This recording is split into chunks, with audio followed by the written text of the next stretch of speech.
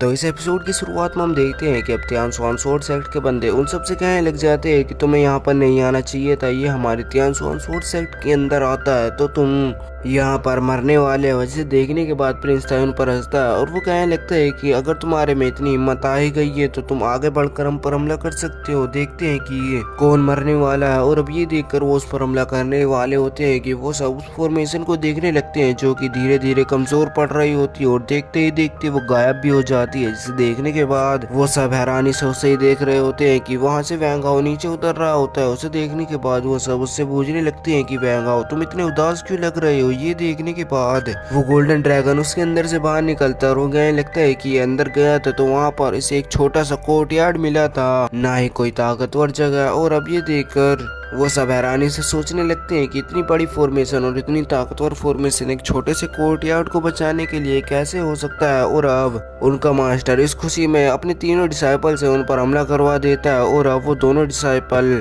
Susan और Prince ताई को संभाल रहे होते हैं और तीसरा डिसाइपल उन पर ऊपर से हमला कर देता है और उसकी वजह से वो दोनों मरने वाले होते हैं कि वैंग हाओ उस बंदे को अपनी स्वॉर्ड टेक्निक से पीछे कर देता है और उसे अपने स्वॉर्ड से बर्फ में जमा कर वहीं पर तोड़ देता है, जिसकी वजह से वो मारा जाता है। और अब वो बाकी डिसाइपल को भी ऐसा ही मार डालता है और अब वो उनके मास्टर के सामने खड़ा हो जाता है। जिसे देखने के बाद वो कहने लगता है कि तुमने मेरी तियानसुआन स्वॉर्ड सेक्ट को बहुत ज्यादा तकलीफें पहुंचाई हैं, तुम्हें दम तो है। लेकिन वो पीछे अपने एक टेलीपोर्टेशन एरा को खोल लेता है। जिसे देखने के बाद प्रिंस ताई हंसते हुए कहने लगता है कि तुम किसी को बुलाना चाहते हो तुम बुला सकते हो जिसको मन चाहे। और अब वो मास्टर उन पर गुस्सा होते हुए कहने लग जाता है कि तुम चाहते क्या हो, तुम सब अब मरने वाले हो क्योंकि मेरे सारे डिसाइबल आकर तुम्हें आसानी से मार डालेंगे। और अब पीछे से वो चारों ही मास्टर निकलते हैं जिन्होंने उन सबको हरा कर वहीं पर ही मार डाला होगा और अब वो उनके पास आने लग जाते हैं। जिसे देखने के बाद वो कहने लगता है कि तुम ऐसा नहीं कर सकते हो, मुझे लगता है कि तुम्हारी सारी कल्टीवेशन वापस आ गई है, आखिरकार ये ऐसा कैसे हो सकता है। और अब वो उसे छोड़कर वैंग हाओ के पास जाकर अपने घुटनों पर आ जाते हैं और वो कहने लगते हैं कि यंग मास्टर आप वापस से आ गए। और अब वो वैंग हाओ से कहने लगते हैं कि यंग मास्टर हम सारे चारों फैमिलीज के हेड है जो कि डोंगसिंग पेविलियन की हमें रखवाली करते हुए आए हैं। जिसे देखने के बाद वैंग हाओ उनके पास आता है और उन्हें खड़ा करते हुए कहने लगता है कि तुम सब ने बहुत सालों तक ऐसे ही बिना कल्टीवेशन पावर के गुजारी होगी, इसलिए तुम्हारी कल्टीवेशन पावर अभी तक पूरी तरह से खुली नहीं है, इसलिए तुम इसको ले सकते हो और इसे निकलते ही तुम्हें और ज्यादा अच्छा लगने लग जाएगा। और वो चारों मास्टर उन सबको एक एक ले लेते हैं और अब उन्हें देखने के बाद वो मास्टर पीछे से ही भागने की सोचने लगता है और वो वहाँ से भागने की कोशिश करता है लेकिन प्रिंस था उसके पीछे आ जाता है और वो कहने लगता है कि तुम यहाँ से भागना चाहते हो, मुश्किल होगा क्योंकि तुमने कई सौ डिसाइपल को मारा है इसलिए तुम्हें भी मरना ही होगा। और अब अकेले मास्टर को देखकर वो सारे एल्डर कहने लगते हैं कि मास्टर क्या हमें इस पे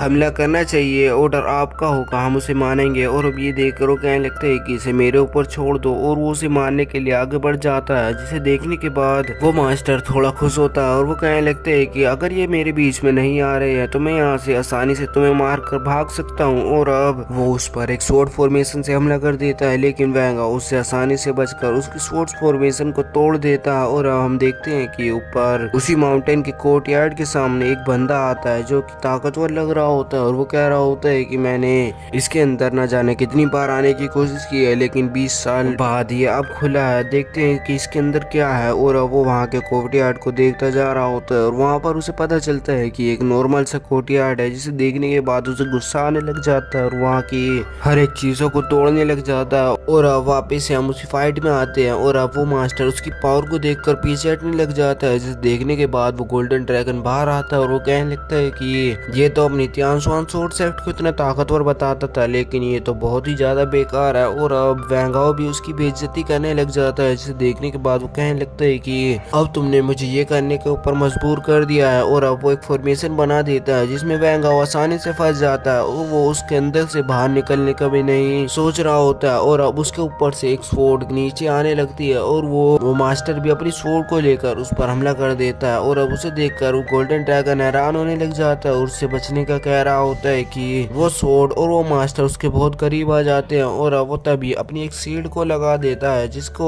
वो मास्टर तोड़ देता है और वैंग हाओ के पास आ जाता है, जिसकी वजह से वहाँ पर एक बहुत बड़ा ब्लास्ट होता है। और उसे देखने के बाद प्रिंस ताई और सुसैन हैरानी से उसे बुला रहे होते हैं और अब हम देखते हैं कि वैंगाओ को कुछ भी नहीं हुआ होता है और उसने उसके स्वॉर्ड को अपने हाथ से पकड़ रखा होता है, जिसे देखने के बाद वो गोल्डन ड्रैगन हैरान होता है और उसे पूछने लगता है कि कैसे हो गया, तुम्हारे हाथ पर एक निशान भी नहीं आया और तुमने इसके स्वॉर्ड को रोक लिया। और अब वो मास्टर उससे डरकर उसकी स्वॉर्ड को बाहर निकालने की कोशिश करता है, लेकिन वैंगाओ उसकी स्वॉर्ड को पकड़े रखता है और वो कहने लगता है कि तुम मेरी पावर को ज्यादा अंडर एस्टिमेट कर रहे थे, लेकिन अब तुम्हें पता चल गया होगा कि तुम मेरे हाथों से आसानी से मर सकते हो। और अब ये देखकर वो अपनी स्वॉर्ड को छोड़कर वहां से भागने की कोशिश करता है, लेकिन वैंगाओ उसके सामने आ जाता है और वो कहने लगता है कि तुमने हमें और बाकी सारों को बहुत ज्यादा परेशान कर दिया है। और अब वो उसको एक एक कर मुंह पर पंच मारने लग जाता है, जिसकी वजह से उसकी हालत बिगड़ने लग जाती है। और अब वैंगाओ उससे पूछने लगता है कि तुम्हारे पीछे और कौन है, मुझे जल्दी से बता दो, लेकिन वो उसे नहीं बताता है और उसके पास आकर उस पर हमला कर देता है, जिसकी वजह से उसके हाथ पर एक कट लग जाता है और अब उसे चक्कर से आने लग जाते हैं। इसे देखने के बाद वो दोनों उसके पास आती हैं और अब वो सारे एल्डर उस मास्टर को मारने के लिए आगे बढ़ने लगते हैं, लेकिन वो उनको रोक लेते हैं। और अब वो कहने लगते हैं कि अभी भी यंग मास्टर को कुछ नहीं हुआ है, तो उन्हें संभालने की कोई जरूरत नहीं है, वो इतने छोटे नहीं है। और अब वो मास्टर कहने लग जाता है कि तुम मेरे मुंह से कुछ भी नहीं उगलवा सकते हो, ये तुम्हारा सपना ही होगा। और अब वो उन पर हमला करने के लिए आगे बढ़ने लगता है और यहीं पर यह एपिसोड खत्म हो जाता है।